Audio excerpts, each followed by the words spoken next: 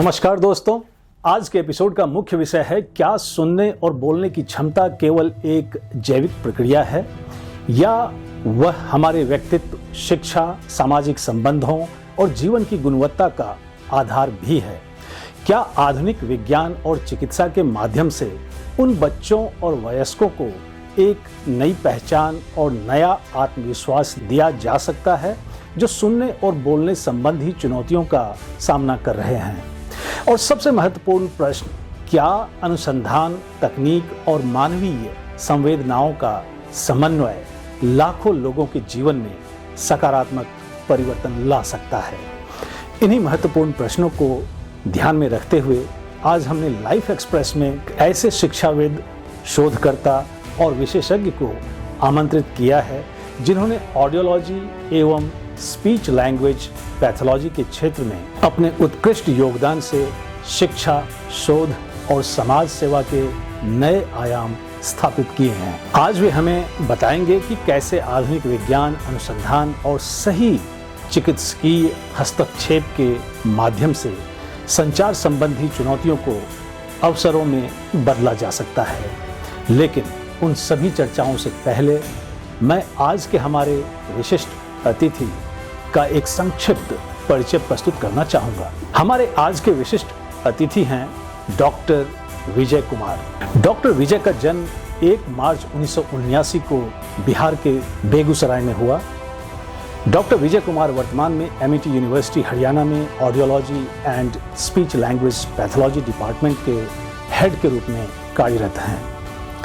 यदि हम उनके शैक्षणिक जीवन पर दृष्टि डालें तो हम पाते हैं कि उन्होंने all India institute of medical sciences AIIMS New Delhi से स्नातक शिक्षा प्राप्त की, all India institute of speech and hearing Mysore से masters in speech language pathology किया तथा एमईटी यूनिवर्सिटी उत्तर प्रदेश नोएडा से learning abilities in children with cochlear implantation विषय पर पीएचडी की उपाधि प्राप्त की। उनके प्रमुख शोध क्षेत्रों में language processing, cognitive processes, aphasiology, cochlear implantation के बाद भाषा विकास तथा कम्युनिकेशन डिसऑर्डर्स में भाषा के न्यूरल आधार जैसे अत्यंत महत्वपूर्ण विषय शामिल हैं। In his illustrious professional career of 2 decades, Dr. Vijay has published more than 57 research papers, 9 books and 4 patents. More importantly, उन्होंने Academy of Aphasia और Clinical Aphasiology Conference USA जैसे प्रतिष्ठित अंतर्राष्ट्रीय मंचों पर भी अपने शोध कार्य प्रस्तुत किए हैं। And to know more about Dr. Vijay and his works related to audiology, autism and speech pathology, I shall take you straight to him. So please join me in welcoming an outstanding researcher and influential personality with unwavering commitment to audiology and speech pathology, one and only Dr. Vijay Kumar. नमस्कार sir, सबसे पहले मेरी पूरी life express team और सभी बुद्धिजीवी दर्शकों की ओर से मैं आपका लाइफ एक्सप्रेस में हार्दिक स्वागत करता हूं। साथ ही आपकी गरिमामयी उपस्थिति के लिए हम हृदय से अपनी कृतज्ञता व्यक्त करते हैं। Thank you sir. Life express के सभी व्यूअर्स को मेरा नमस्कार। एंड आज बहुत ही I am thankful to you for inviting me to interact with such a issue which is very important and I sincerely appreciate you to including this topic also in your show. Thank you so much. जैसा कि मैंने आपके profile में देखा कि आपका PhD research learning abilities in children with cochlear implantation पर आधारित है। आज जहां भारत में करोड़ों लोग हियरिंग और स्पीच डिसऑर्डर्स से प्रभावित हैं, अवेयरनेस, अर्ली डायग्नोसिस और रिहैबिलिटेशन की कमी की वजह से, वहीं आपका रिसर्च एक नई उम्मीद की किरण लेके आता है जो आम मान्यता भी है कि कॉक्लियर इम्प्लांट लगने के बाद बच्चा पूरी तरह सामान्य सुनने और बोलने लगता है। ऐसे में आपके रिसर्च फाइंडिंग्स के आधार पर आज की चर्चा को शुरू करते हुए सबसे पहले हम आपसे जानना चाहेंगे कि ये कॉक्लियर इम्प्लांटेशन की वास्तविकता क्या है और कौन कौन से ऐसे महत्वपूर्ण कारक हैं जो इम्प्लांट के बाद बच्चे के भाषा विकास और सीखने की क्षमता को प्रभावित करते हैं। जी, ओवर टू यू। जैसा कि आपने ओपनिंग रिमार्क्स में बताया, एक हियरिंग डिसेबिलिटी एक it's a major part of overall disability. बहुत सारे बच्चे हैं जो कि या तो बाय बर्थ अपने हियरिंग एबिलिटी को खो देते हैं या फिर even we say acquired hearing loss during the course of development. Also बहुत सारे ऐसे इंडिविजुअल्स हैं जो नॉर्मल हियरिंग एबिलिटी के साथ बर्थ होने के बाद भी अपनी हियरिंग एबिलिटी को gradual during various stages of life somehow they lose it. So we need to have such an intervention strategy जो कि हर हियरिंग डिसेबिलिटी को हम एड्रेस कर पाएँ, करेक्ट कर पाएँ, रिहेबिलिटेशन कर पाएँ और प्रॉपर इंटरवेंशन कर पाएँ। जैसा कि आपने कॉक्लियर इम्प्लांटेशन की बात करी, पिछले 2 से 3 दशक पहले इसकी शुरुआत हुई। लास्ट 1 से 2 दशक में इंडिया में भी ये काफ़ी पॉपुलर हुआ और we need to thank to the government and various organisation also who are funding for this, though it is despite it is a surgical intervention. काफ़ी सारा इसमें कॉस्ट भी इन्वॉल्व है। अगर मैं कहूँ तो करीब 6 लाख से 10 लाख इस तरह का इसमें कॉस्ट आता है और गवर्नमेंट का वेरियस सेंट्रल गवर्नमेंट और स्टेट गवर्नमेंट भी इसमें इनिशिएटिव ले रही हैं, जिसकी वजह से बहुत सारे बच्चों का कॉक्लियर इम्प्लांटेशन हो रहा है। अभी भी अगर मैं अपने शोध के माध्यम से बताऊँ या फिर जो मेरा एक्सपीरियंस रहा during those 5 years of research, I can say that there are huge number of children with disability who are with congenital hearing deficit. We are not able to reach out to those children at the right time. So what is the right time for cochlear implantation? If you go with the Western literature or Western practice, we say 1 month for screening, 3 months for diagnosis and 6 months for intervention. So 136 formula हम ये एक established scientific norms है। So within 1 year implantation we recommend कि अगर congenital deficit है उसके भी certain criterias हैं। अगर सारे क्राइटेरिया फुलफिल हो रहे हैं तो विद इन 1 ईयर हमें कॉक्लियर इम्प्लांटेशन बच्चे को करा लेना चाहिए। अगर 1 ईयर के अंदर कॉक्लियर इम्प्लांटेशन हो जाए और उसके बाद इंटेंसिव स्पीच थेरेपी हो, मैंने अपने शोध में यही पाया कि 18 month, somehow I'll put focus here, I'll strengthen here, 18 month that is the magical number. अगर 18 मंथ पोस्ट इम्प्लांटेशन हम इंटेंसिव थेरेपी करें, इन बच्चों का स्पीच लैंग्वेज का डेवलपमेंट ऑलमोस्ट नॉर्मल बच्चों के बराबर हो जाता है।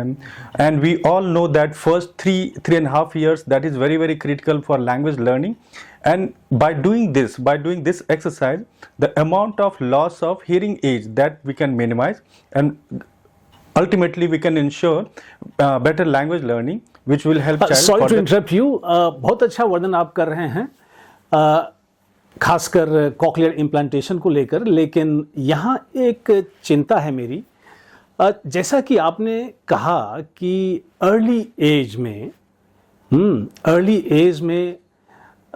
ये चीज़ें होनी चाहिए, लेकिन अगर बच्चा सपोज 5 साल को क्रॉस कर गया है तो क्या उस अवस्था में भी ये कॉक्लियर इम्प्लांटेशन करने का प्रावधान है?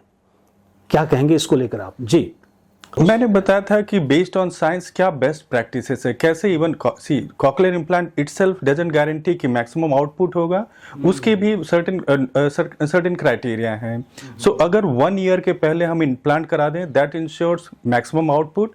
और सिमिलरली जैसा आपने कहा कि अगर 5 साल में हम इम्प्लांट कर रहे हैं, सो फिर से there are certain conditions. Even implantation is recommended for adults also, but उस केस में उन एडल्ट्स में जिनमें बर्थ नॉर्मल हियरिंग के साथ हुआ, somehow they lost hearing and language development हो चुका है, अब हियरिंग का उनमें प्रॉब्लम आ चुका है, इस केस में हमें बेटर आउटकम होता है।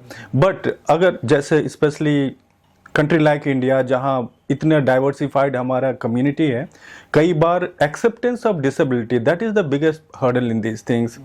आए दिन हम सुनते हैं कि पहले हमने टेस्ट सेंटर ए कराया, बी कराया, सी कराया, सो डिसेबिलिटी को एक्सेप्ट करने में ही बहुत सारा हम क्रिटिकल टाइम लूज कर जाते हैं। सो मेरा फोकस थ्रू दिस इंटरेक्शन यही रहेगा, किसी भी इंडिविजुअल को, किसी भी बच्चों को बाय बर्थ डेफिसिट अगर आइडेंटिफाई हो रहा है तो जल्दी से जल्दी ऑडियोलॉजिस्ट को कांटेक्ट करें और क्राइटेरिया पूछें कि क्या उनका बच्चा कॉक्लियर इम्प्लांट के लिए सारे क्राइटेरियाज को फुलफिल कर रहा है या नहीं। Very thoughtful of you, sir. Moving further, my next question is with regard to artificial intelligence. As you know, as artificial intelligence या AI तेजी से हेल्थ केयर में अपनी जगह बना रहा है, कई AI टूल्स अब स्पीच एनालिसिस, हियरिंग असेसमेंट और लैंग्वेज थेरेपी में भी उपयोग किए जा रहे हैं। आपके अनुसार क्या भविष्य में AI एक स्पीच लैंग्वेज पैथोलॉजिस्ट या ऑडियोलॉजिस्ट की भूमिका को काफ़ी हद तक बदल देगा, या फिर मानवीय संवेदनशीलता और क्लिनिकल जजमेंट की आवश्यकता हमेशा बनी रहेगी? साथ में हमें ये भी बताएं आप कि यदि आपको भारत की पूरी ऑडियोलॉजी एवं स्पीच लैंग्वेज पैथोलॉजी प्रणाली में केवल एक बड़ा सुधार लागू करने का अवसर मिले तो आप सबसे पहले किस बदलाव को प्राथमिकता देंगे और क्यों? जी, ओवर टू यू। सर, आपने दो क्वेश्चन पूछा, but I like to start this question with a word that is evidence based practice. Like any other discipline, similarly for audiology and speech pathology also, last 10 years I'll say there is lots of focus on evidence-based practice. What it mean by our cases are our children are the best educator for us. So we do diagnosis of the child. Later on we make the therapy plan for a child, and going for a periodic assessment. That's the way forward. So whatever plan I have formulated for my children, I need to check out that what outcome I'm achieving in next 10 sessions, 20 sessions, and subsequently. Based on that, I need to recalibrate my plan. That way we can ensure maximum output. So this is my understanding of evidence-based practice, and there is a huge need of this approach in audiology. Coming to the second one, like role of AI, so I'll say that yes, going back maybe 20 years before, so how computer is going to add in audiology. I'll give you some example, like we say teletherapy or tele-rehabilitation.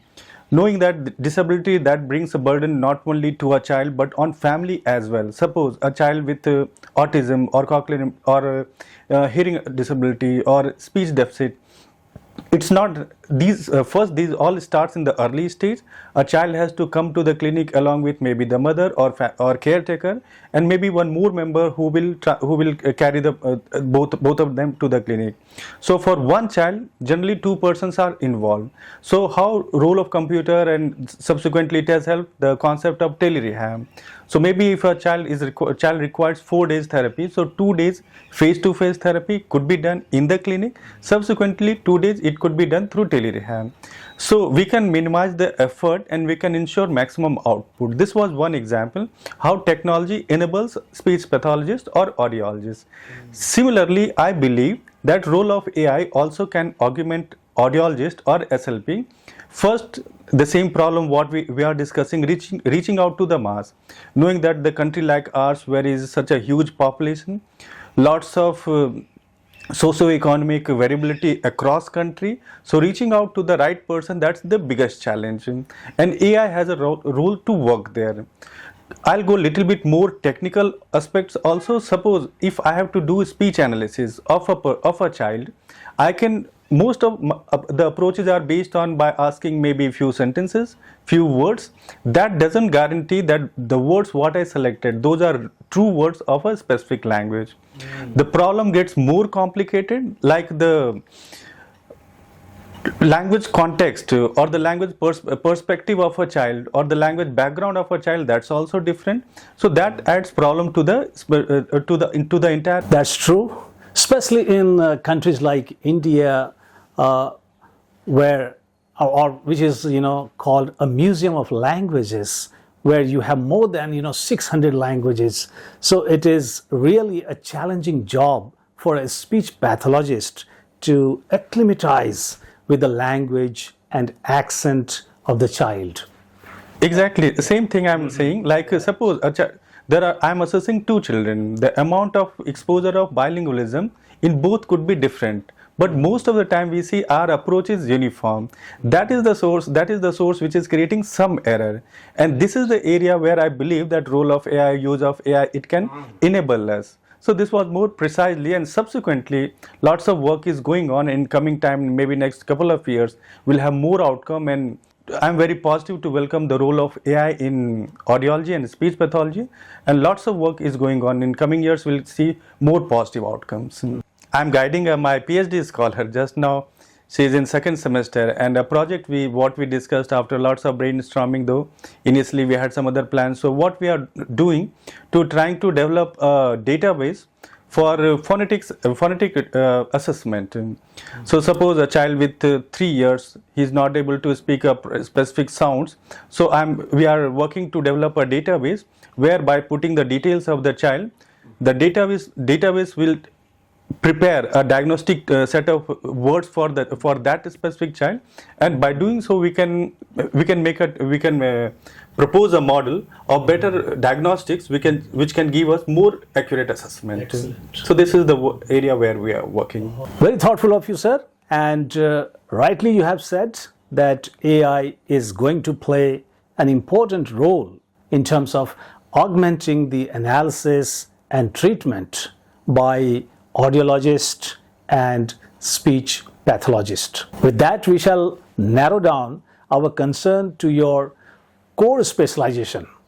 आपके शोध का एक महत्वपूर्ण क्षेत्र है language processing और neural basis of communication disorders. आने वाले 10-20 वर्षों में न्यूरोसाइंस, ब्रेन इमेजिंग और आर्टिफिशियल इंटेलिजेंस के विकास को देखते हुए आपको क्या लगता है, क्या हम भविष्य में मस्तिष्क की भाषा संबंधी समस्याओं को पहले से कहीं अधिक सटीकता से समझ और उपचार कर पाएंगे?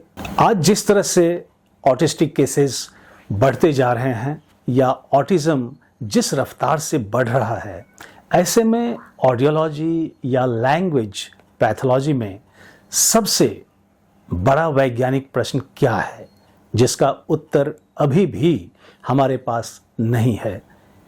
इसको लेके कुछ कहें आप जी। डेफिनेटली सर, जैसा आपने कहा कि बिगेस्ट, थोड़ा सा मैं ये बताना चाहूँगा कि what I mean by language processing. बहुत सिंपल भाषा में मैं तो यही एक्सप्लेन करता हूँ कि think about a child of 1 year or maybe 10 months to 1 year. Hardly one speaks a word like mommy, daddy, papa. So we say that by 1 year or first birthday, child acquires first word.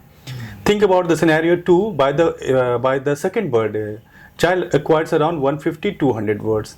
Now the question is here itself, what exactly happened between this 1 year? How a child learned, or how a child make the progress of from 1 word to 150 or 200 words. That is called language processing. So certain neural processes occurs which has various socio-linguistic influence. The problem is same thing. If you say that it's the environmental factors, think about the scenario of twins itself. Even the twins doesn't guarantee that same home conditions, same genetic compositions, that there will be same amount of language development. It says that there are some innate abilities, there are some environmental factors, both constitutes to language development or language processing. This is the most fundamental factor to understand for the subsequent exercises what we do in speech pathology. Think about a child who's not developing language properly, or an adult who has lost language post-stroke conditions. In both conditions, we need to work on language abilities, but to address that scenario, first we need to know how a person or how a child acquires language. It's not that we don't have any answer to these things, but yes, come with the insertion of AI in the speech sciences, I'm very hopeful that in future we'll have more robust answer to these questions. Why I'm saying so? It's the along with AI, it's the computational which comes. A little bit, I'll give one more example. The firing of neurons. Ultimately, everything happens at the neural level.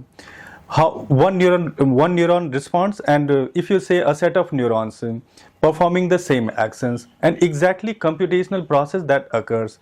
So role of computational analysis could be done more better way using more reliable algorithms could be done once with the AI technologies, and in this area lots of research is going on, and again lots of positive hope is in this direction.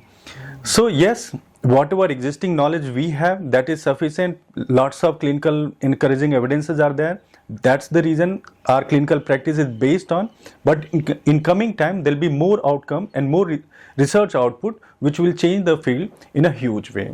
Sir, आपको जितना सुनूं उतना ही और सुनने का मन करता है, लेकिन समय की थोड़ी मर्यादा है, इसलिए हम इस सत्र की समाप्ति की ओर बढ़ेंगे और चलते चलते हम आपसे आग्रह करेंगे कि आप बडिंग ऑडियोलॉजिस्ट तथा स्पीच पैथोलॉजिस्ट के लिए 3 करियर ओरिएंटेड सुझाव दें ताकि वे एक सफल ऑडियोलॉजिस्ट या स्पीच थेरेपिस्ट बन सके और साथ ही समाज के लिए एक छोटा शांति संदेश भी दें ताकि हम एक बेहतर समाज का निर्माण कर सकें।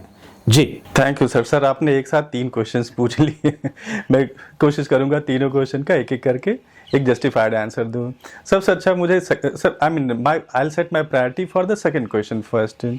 आफ्टर सीएटी कई सारे बच्चे हैं जो कैरियर ऑप्शंस के बारे में सोच रहे हैं। सो फर्स्ट तो best wishes, best luck to all the students those who are looking forward. I'll say that I have a couple of submissions based on my experience. मैं तो यही कहूँगा कि कैरियर वो आप चूज करो जहाँ मल्टीपल लेवल ऑफ एग्जिट हो। इट मीन्स आप बैचलर करो तो भी एग्जिट होना चाहिए, आप ग्रेसफुल एग्जिट कर पाओ, जॉब कर पाओ, एक सेटिस्फाइंग जॉब ढूंढ लो। फर्दर हायर एजुकेशन ऑप्शंस भी होने चाहिए, फिर से आप मास्टर्स कर पाओ, पीएचडी कर पाओ, एंड यू डोंट नो कि 4 इयर्स में आपका इंटरेस्ट अपने सब्जेक्ट में कितना होगा, ये कोई इंश्योर नहीं कर सकता है, ये टाइम पे छोड़ देते हैं। सो कोर्स ऐसा चूज करें जहां मल्टीपल एग्जिट हो और वो सारे एग्जिट ग्रेसफुल हो जो एक सेटिस्फाइंग कैरियर आपको दे पाए। रही बात ऑडियोलॉजी और स्पीच लैंग्वेज पैथोलॉजी की बात करूं तो इसमें directly we deal with humans, और स्पीच और कम्युनिकेशन स्पेशली आज की तारीख में इतना इम्पॉर्टेंट है कि आप इसके बिना सोच भी नहीं सकते हो कि आप कैसे सर्वाइव करोगे। और speech language not like speaking और इंटरेक्टिंग और इंटरव्यूइंग। स्पीच और language it means when you are texting to someone, your text also means it decodes your personality, it decodes your mood and intention what you want to do. So from texting a WhatsApp message to writing a mail to interacting with someone, हर जगह आपको speech language की ज़रूरत होने वाली है। And unfortunately there are some population who don't have the ability as you have or as we have. So उन लोगों को help करना ये हमारी responsibility है, and this is the career field where it's rewarding. If you are interested, you are most welcome.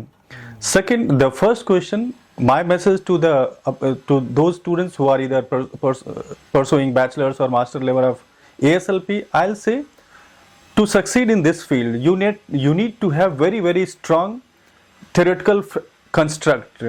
You can't succeed, you can't progress a long way unless you have a very sound theoretical knowledge. Second, I'll say whatever you learn in the classroom or through the textbook, you need to practice on your cases, see how it works, identify the scope, practice and limitations, and again you discuss in the classroom. So first, strong theoretical framework. Second, strong clinical practice or clinical skilling is required. And third most important is that ethical practice. Ethical practice first for your cases, and second for yourself also. We need to set ethical practice for ourselves as well, so that we can succeed in life, and whatever we achieve in life using ethical means, it will be more satisfying. Lastly, the third question I'll say, like my message to everyone will be that we should be thankful to the life and the status what we have received. We should be thankful to 2 persons, first our parents and to the God Almighty, with whose grace we have received this a good health, good communication ability. So we need to nurture it, we need to protect it. Simple example, like even we say voice vocal abuse or voice misuse conditions also. Similarly, is linguistic misuse conditions also.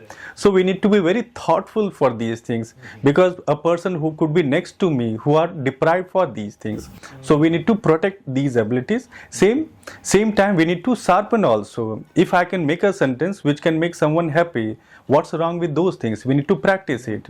If I'll make a sentences, if I'll speak a sentence which can make my mother and father happy, just a namaste, greetings. So we need to practice these things. We need to express these things. That way we can make life comfortable around us, and these can propagate to the larger population as well. Thank you so much, sir. Sir, we are immensely grateful to you for your scholarly presence with us today. और शिक्षा जगत तथा health care sector में आपके उत्कृष्ट और सराहनीय कार्यों के लिए लाइफ एक्सप्रेस की जूरी ने आपके लिए एक अवार्ड की घोषणा की है, और वो अवार्ड है life express icon of India award. और आपके इस उपलब्धि पर मैं आपको अपने इंटेलेक्चुअल व्यूअर्स की ओर से ढेरों बधाई देता हूं। Heartiest congratulations. God willing we shall meet again in some other academic forum. Thank you for connecting with us today. Thank you so much. Thank you all the viewers, and especially Professor Jha sir for nominating this award to me. Thank you so much. I'm really privileged. Thank you. LXP Icon of India Award is proudly presented to Dr. Vijay Kumar for his exemplary contributions to the field of audiology and speech pathology on 8th August 2026. आज के सत्र की समाप्ति मैं फिर कुछ आह्वान के साथ करूंगा, खासकर डॉक्टर विजय की बातचीत से निकले कुछ मुख्य अंश को लेकर। सबसे पहले उन्होंने ऑडियोलॉजी के अंतर्गत बताया कि जो बच्चे या वयस्क सुनने की क्षमता खो चुके हैं, उनके लिए कॉक्लियर इम्प्लांटेशन एक वरदान साबित हो सकता है। कॉक्लियर इम्प्लांटेशन के लिए सही समय बहुत महत्वपूर्ण है, खासकर बच्चों के लिए। ऐसी मान्यता है कि यदि 1 वर्ष के भीतर बच्चे का कॉक्लियर इम्प्लांटेशन हो जाता है और उसके बाद गहन स्पीच थेरेपी दी जाए, तो 18 महीने बाद बच्चे की भाषा विकास लगभग सामान्य बच्चों के बराबर हो जाता है। इसके साथ ही उन्होंने आर्टिफिशियल इंटेलिजेंस के संदर्भ में बताया कि आर्टिफिशियल इंटेलिजेंस AI ऑडियोलॉजी और स्पीच लैंग्वेज पैथोलॉजी में महत्वपूर्ण भूमिका निभा सकता है। AI speech analysis, hearing assessment और लैंग्वेज थेरेपी में मदद कर सकता है, खासकर उन क्षेत्रों में जहां विशेषज्ञों की कमी है। ऑडियोलॉजिस्ट और स्पीच पैथोलॉजिस्ट के लिए उन्होंने 3 करियर सुझाव दिए। पहला, ऐसा करियर चुने जिसमें मल्टीपल एग्जिट ऑप्शन हो, ताकि आप बैचलर, मास्टर या PhD स्तर पर भी संतोषजनक नौकरी पा सकें। दूसरा, उन्होंने कहा कि यू कैनॉट सक्सीड और make long term progress unless you have strong theoretical knowledge of your field। और अंत में तीसरे सुझाव के रूप में उन्होंने कहा कि be grateful for life that gave you ability to speak and listen। Be kind to others because a positive word can bring joy into someone's life। With those deliberations of Dr. Vijay, we close this episode और मिलते हैं अगले episode में समाज के एक और role model के साथ। Till then enjoy your time meaningfully, और हाँ, अपना और अपनों का भी ख्याल रखें। जय हिंद।